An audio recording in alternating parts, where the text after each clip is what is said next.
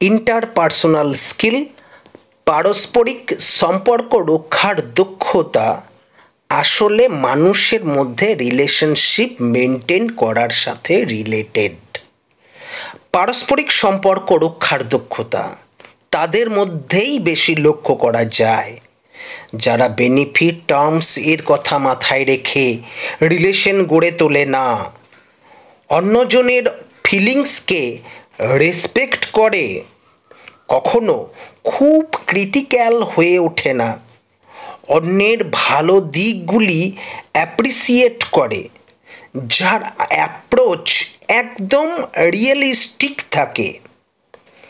এখন এই আলোচ্য বিষয়গুলি যদি কোনো স্টুডেন্টের মধ্যে বেশি মাত্রায় দেখা যায় তাহলে তার ইন্টারপার্সোনাল স্কিল ভেরি গুড। এই বৈশিষ্ট্যগুলির বেশিরভাগ লক্ষ্য করা গেলে তার ইন্টারপার্সোনাল স্কিল গুড। আলোচ্য বিষয়গুলির যদি প্রায় 50% কারোর মধ্যে লক্ষ্য করা যায় তার ইন্টারপার্সোনাল স্কিল স্যাটিসফ্যাক্টরি। বৈশিষ্ট্যগুলির কিছু অংশ যদি কোনো স্টুডেন্টের মধ্যে দেখা যায় তাহলে তার ইন্টারপার্সোনাল স্কিল রিকোয়ার্স মোর ডেভেলপমেন্ট।